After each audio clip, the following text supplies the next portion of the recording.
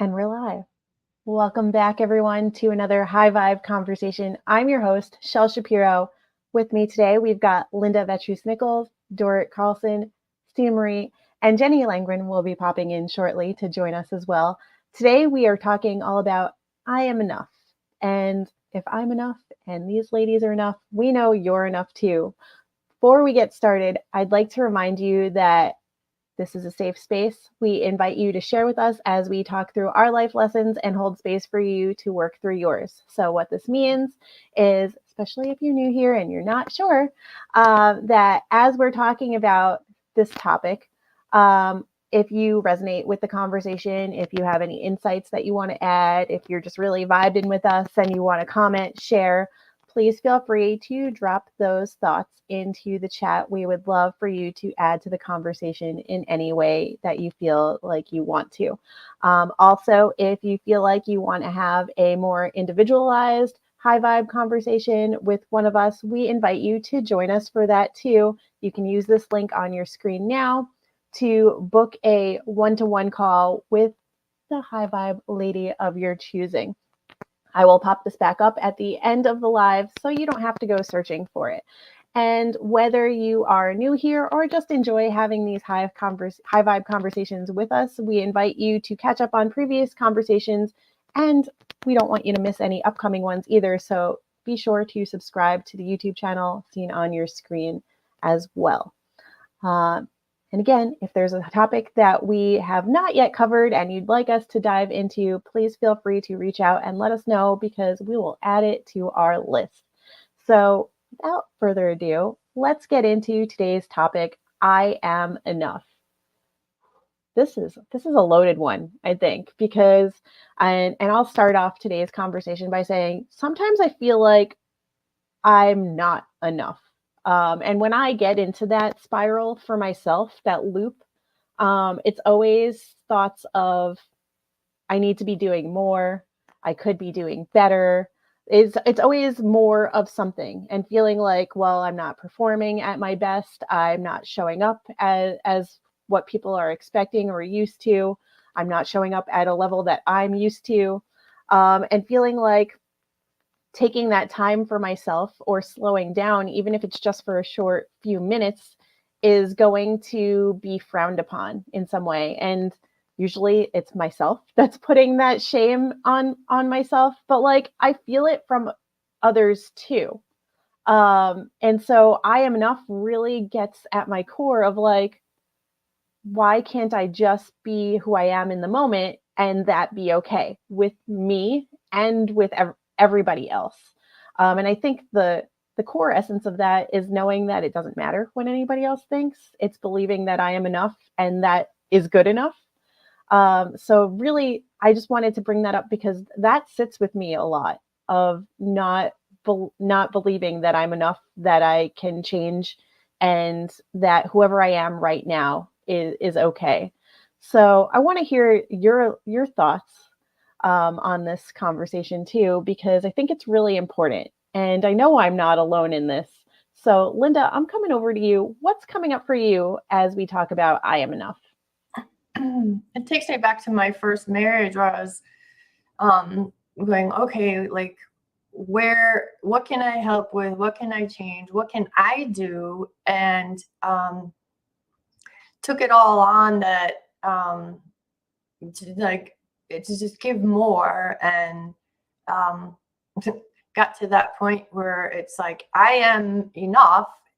And sometimes my spouse was able to play into the picture, and most of the time not. And even when he did, I worked with a clinical psychologist who said yes, he can do it, he just can't keep it going. And so that's kind of where my head went, is like sometimes we find out we're enough, the other,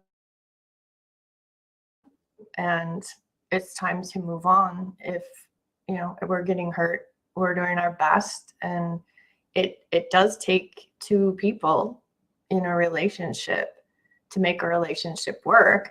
it doesn't mean you give 100% and they give 100%. It means when they're unable to give, they're only able to give 20%, you're in there giving 80, and it's a give and take, ebb and flow too, because none of us are running on 100%. So, and it really boiled down to the disconnection, not being able to connect with me. So we're human beings. We need connection. So what, like Stina says, what was it we pulled out of the book? I feel the resentment of your unmet need. We feel the resentment of your unmet needs. Was that it, Stina? Remember? Sounds good. Right.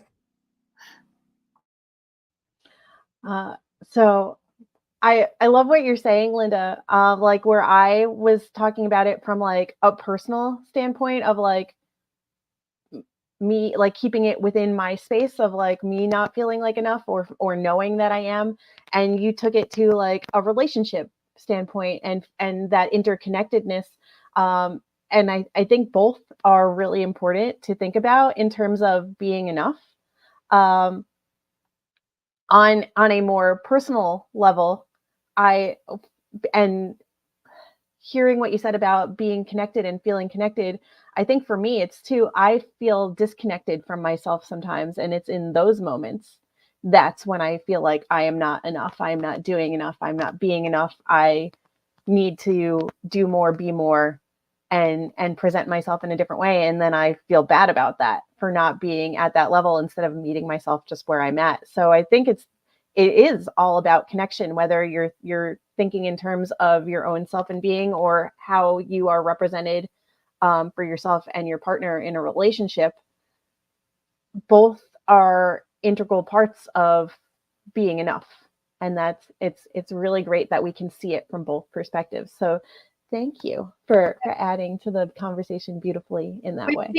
We've seen a lot of it in the talks we've had on narcissism, because then in those situations, like we're being blamed for not being enough, and what can I do? I just know. And if you're with someone who is dealing with addiction, that's and then we start he wouldn't have hit me except he's worried about his kids, or his mom just died, or whatever, and like just feeding in all these excuses.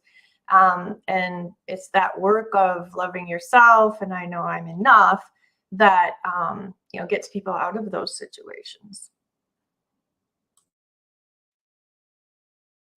It reminds me of, and I don't know the woman's name. I was watching an interview earlier where a woman was sharing about getting out of a 13 or 14-year marriage. And she was talking about how once she realized like how she loved herself and how she wanted other people to be loved, it didn't matter that the other person did love, like it wasn't refutable that like the other person wasn't loving her. Like it was just that it wasn't received in the way that she wanted it to be. And so she realized that, yes, like this is how I want to be loved, and that person just wasn't doing it for me anymore. So yes, it did take me a long time to realize that they weren't loving me in the way that I wanted, but that doesn't mean that the love wasn't there. And so she was talking about how it was enough for her to be able to move on and separate the two, instead of always like, all right, well, maybe today's the day that he'll love me the way that I want or the way that I deserve, instead of it just being enough as it was. So that really reminded me of that conversation that I was listening to. And I love that we're taking it there from different directions and aspects. When I went in my head was Dorrit's work on the love languages. And the bottom line of my point is that there is just so much work you can do, and you don't have control over others. You can't change others. So coming into a relationship, knowing who you are, loving yourself, and being clear on what it is that you want, it makes a big difference. So I love the work that Dorit does with the love languages. Let's get into that a little bit more, shall we? Dorit, what's coming up for you as we talk about I Am Enough?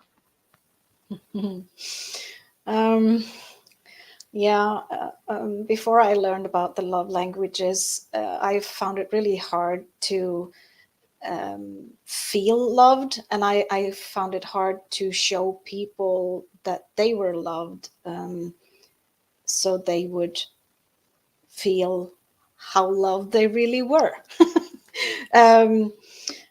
But when my youngest girl was 6 years old, I went with her to like a kiddie camp. It was a camp for the youngest member of the family, because the older siblings could go to their own bigger kid camps, but the little ones had to have family member with them. And she was only 5 years old when we went to this camp, and they would sleep in bunk beds, and we would have this whole agenda, and it was really nice. And one of the leaders were talking about this love language, and I'd never heard about it, and all the little pieces just kept falling into place, and I'm like,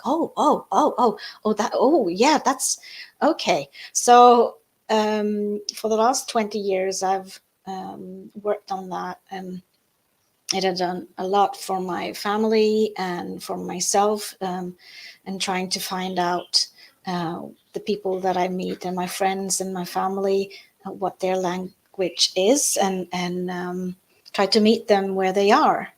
So yeah, that was the love language bit. But if you want me to talk about I Am Enough, I can do that too. Because I'm enough, you know. Yeah. Well, yeah, I mean, I think it's really important I think you've said like so many great things about what learning your love languages and how you can show up and help somebody else show up in their love language. It's really powerful, right? So it's helped you learn and know that you are enough and that the other person is enough. And as Jenny would often says, like, it's meeting the person where they're at, like we're knowing where you end and the other person begins, and vice versa. And you're both enough, right? You and that other person, but you have to believe it. You have to know it. You have to feel it. And sometimes we don't always know how to do that for ourselves, let alone for somebody else. So I do think that the love languages are very powerful and helpful in that. Absolutely. Yeah. I remember the 7 years when I was really, really sick, and wasn't able to do anything. One of the things that I really appreciated was the love language from my husband, when he would do little things for me, or just like wanted to spend time with me, and just things like that, that I didn't have to ask for. That meant so much.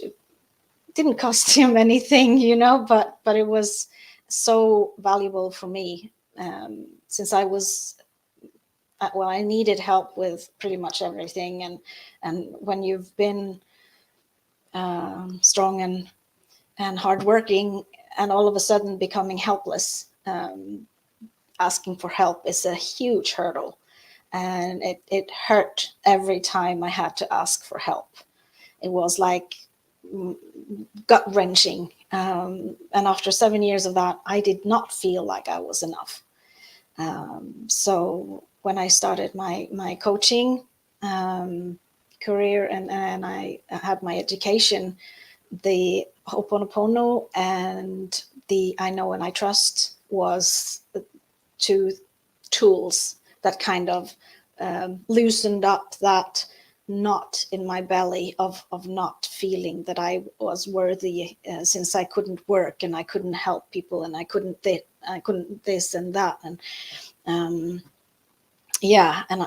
just trying to come to terms with I was enough just by existing. Not because the things I did, but because I am. So That was a big thing for me. Yeah. It's almost like there's that shadow side to our love languages. Mm. Right? Oh, yeah. Yeah. Yeah. Thank you, Dorit and Linda, for tying all the pieces of this conversation together so beautifully. I want to welcome Jenny Langren to this high vibe conversation. Thank you, Jenny, for being here. Thank you, Shell. As we've been talking about being enough and knowing that we're enough, I'm going to come over to Stina right now. And Stina, what's coming up for you as we're talking about I am enough? This is an affirmation I don't like. So I'm like, how do I feel? How do I really feel about this? I think because it's not a like, I want to say like a native thought for me to be like, oh, I'm not enough. And sometimes I think there's like there's like a whole category of what it means to not feel like you're enough.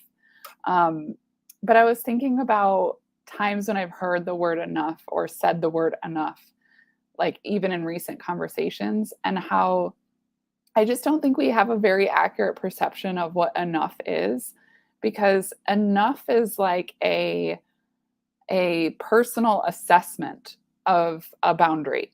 This is enough. And it's not black and white, it's not all or nothing. It's somewhere in between that you decide that it's enough. It's you did a good enough job, you have enough of whatever, because I think when we think of I am enough, it's usually we're not feeling enough. But I also see, I was having a conversation with someone about a very wealthy person who just would buy things and not think about it. Like buy a $700, toy, basically like beach toy. And then, oh, the kids wrecked it. We'll just buy a new one next week. And it was this kind of like very flippant kind of way of using their resources and this pattern of behavior where I was like, this is somebody who doesn't know when there's enough. Like there's not a sense of value in things when you don't know what enough is. It's like you can't assess what's valuable and what's not valuable, where the line is and when you've crossed it. And so I also remember reading about like a native culture where the women would say that's enough. Like you've hunted enough, you've taken enough trees down. They were kind of this like barometer for basically death and destruction, to say like, that's enough. That's all we need. That's all the food we need. That's all the space we need. And it was this restraint and this ability to say, we have the resources and we don't have to keep going. And I just see this like real distortion in like today's world where like we don't know what enough is. And it's on both ends of it, where like I don't feel like I'm enough because there's insecurity, doubt, all these messages of how I should be different than what I am. And then there's also just kind of a rampant greed where it's like we're not in tune with like, okay, you've got enough, you've done enough.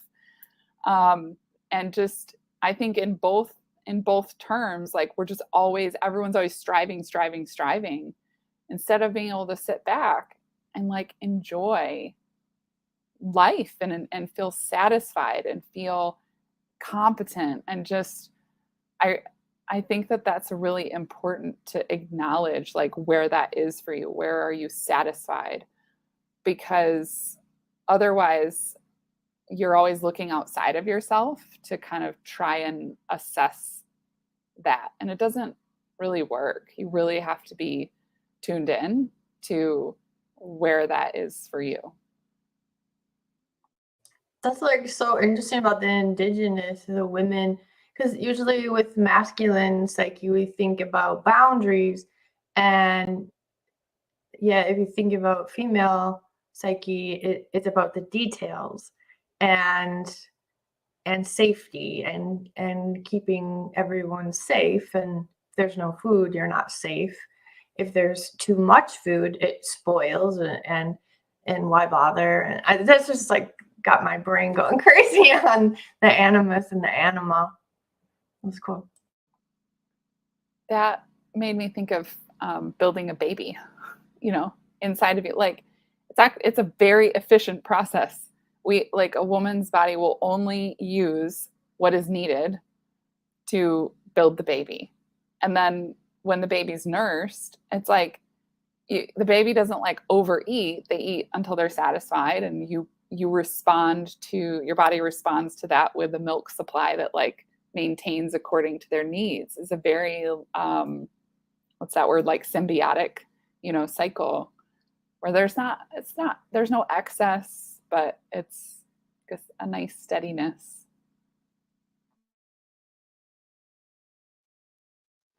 Serotonin, Jenny.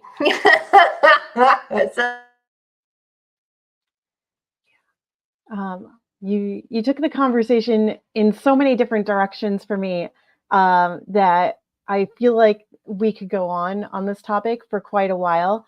And rather than let my words go down that rabbit hole with this conversation, I first want to give Jenny an opportunity to add to it, as I know she so beautifully will. So Jenny, what's coming up for you when we are talking about I am enough?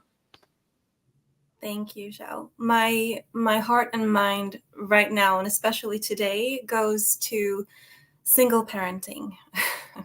And I remember spending that special time with my therapist and giving her example after example of how I did not feel enough for 3 kids, single parenting them. And she put it together so easily for me and just asked me like, well, do they know that you love them? And the answer is yes. And she didn't really need to explain that further. That was everything I needed to be reminded of at that moment. And I still don't really want to get more into it because that's enough. That is enough. My kids know that they are loved, and that's just such peace to come back to at the end of the day. And the reason why I'm late now is because I needed to spend that special time with my daughter. And again, there's a situation where, I could have said things a different way, or I could have planned differently or whatever. But at the end, our kids are not being helped by us being perfect. That would just screw their definition of life. It's really about us being human with them and allowing that humanness to be the bridge between us, and being vulnerable and open and honest with how things go and the choices that we make and why we made them and the consequences and how we evaluate and can change things around, and we can learn and we can grow and we can share that messiness and that beauty with them. And that's enough. And I wasn't fully prepared for this conversation, but I feel enough with you guys to show up and just be here with you and listen. And like Stina comes back to like the joy, just enjoying the journey. And I know in my life, that's been just like activating a new side of my brain, even to value myself that much, that I get to just enjoy things. I get to be there. So thank you.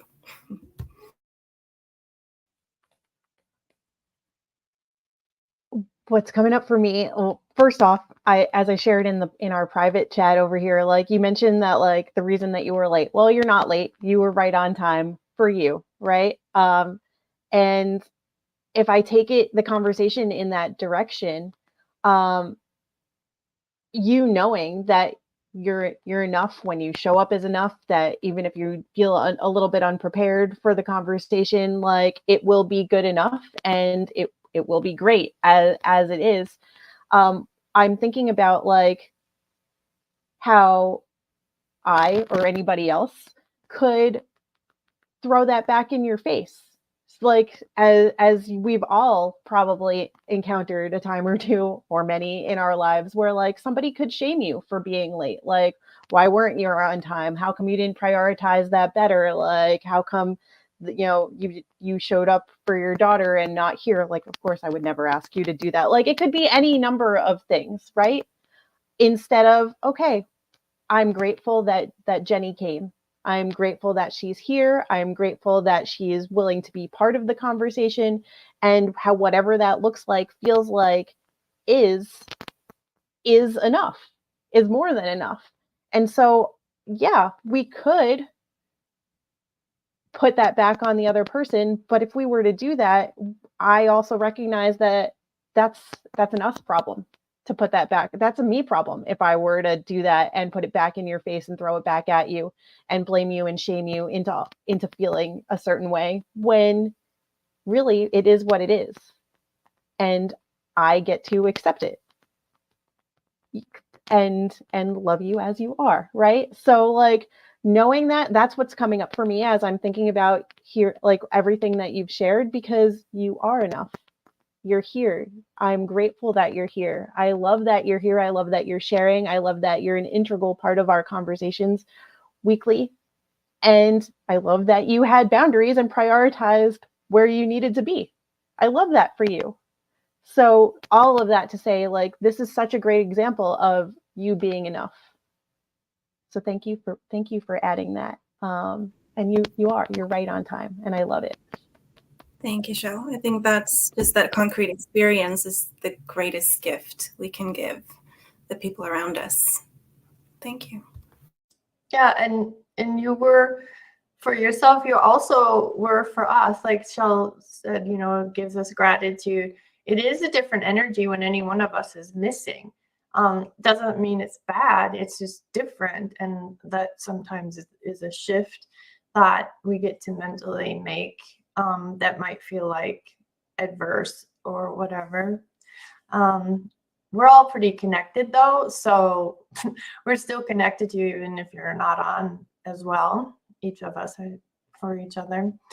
So when you do get on it, it's just kind of like, oh, good, like all the juice here. Yeah, and it's absolutely like that, right? Like, when one of us is not able to be here for whatever reasons and circumstances, like even before you came on today, I added some of your amazing insights into the conversation, right? And Linda added in about Dorit and like her story, and like Stina sometimes bounces off of Linda and vice versa, and like we all bounce off of each other in this really great way, because we hold space for each other and know that like we're enough whether we're all here together or not. And that can be true in anybody's relationships. Like, yes, we are the example right now. We're on the screen actively having this conversation. But if we take this off the screen and think about that in other relationships and partnerships, friendships, all different kinds of ships that we may have, like, this gets to be true too. Like, how do we show up in other situations, and for whom and when, and how can that be enough? And if I take it back now to something that Stina was saying earlier, one of your first comments, Stina, was that you hate this affirmation, or like that this one's not for you necessarily. And I immediately was thinking about the chakras. And like, I may have shared this one with you earlier today, even as I was doom scrolling Instagram. What was coming up for me is like that the I am one is the grounding one. Like, it's the root. And like, if we can change it and access being enough in other chakras as well, like, it also opens up so many more possibilities. So when we sit in just that I am statement, like, it just is what it is, and that is enough in itself. But we also get to transform it into like the sacral chakra, and like that gut feeling, I feel like I'm enough, or like the love, like the heart chakra, or like the throat chakra, like I speak and say that I am enough, or I know that I'm enough. Like, we can take it to all other levels of our body and our being, and just, it's that knowing, trusting, feeling, loving, like accepting all parts of ourselves.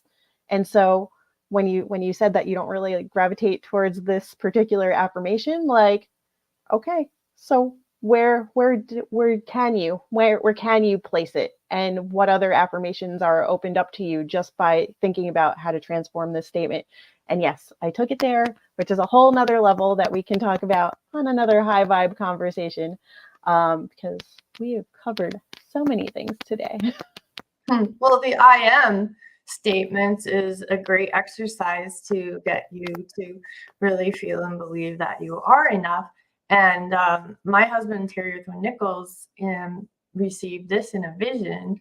I am all am I. And I love that because it's reminding us that we are all connected and we are our own individuals as well. And I love the idea of joining the group and then not joining the group. And I witnessed that in contra dance here in Asheville, North Carolina. They put together my friend actually put together the first contra dance for children. And he also had adults in there as well, like really big, like 6-foot guys, some of them. And then all the way down to, I don't even know if the youngest one had turned 3 yet. And they did things like lay on the floor like logs and then roll the whole mass across the floor, and no one got hurt. They had somebody stand in the middle and fall back, and everyone kept them standing, and how all these kids could actually keep a 6-foot man standing. You know, it was so beautiful. And I watched the kids just like leave. And as I'm special ed, so it wasn't so much me just observing, do this now, kind of, you know, and he didn't say a word about the kids just walking away and they're just coming back in. And that just brought me to tears. It was like so beautiful of, you know, how it works best, because all of us, we do our own inner work when we're away from the tribe group, whatever, and coming back, and society doesn't really let you do that very easily, to just walk away and then come back. Yeah, and when you get to be in those moments of like not feeling connected with on your own or as part of the group, this is where I love Dorot's her I am, like her statement of the I know and I trust that she does. Like, this really, when I do it, because yeah, I do it now. Thank you for teaching that to me and to all of us.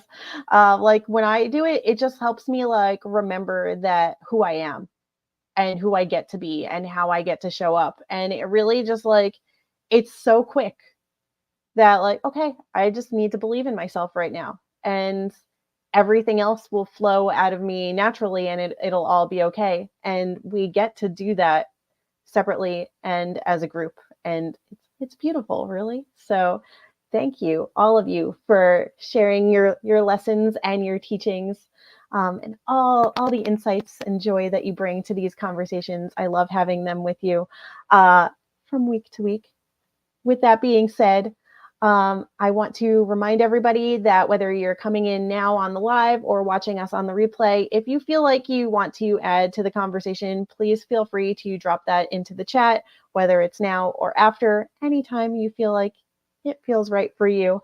If you want to catch up on previous conversations, please make sure to visit that YouTube channel and subscribe so that you can get access to all of the juicy conversations we've been having.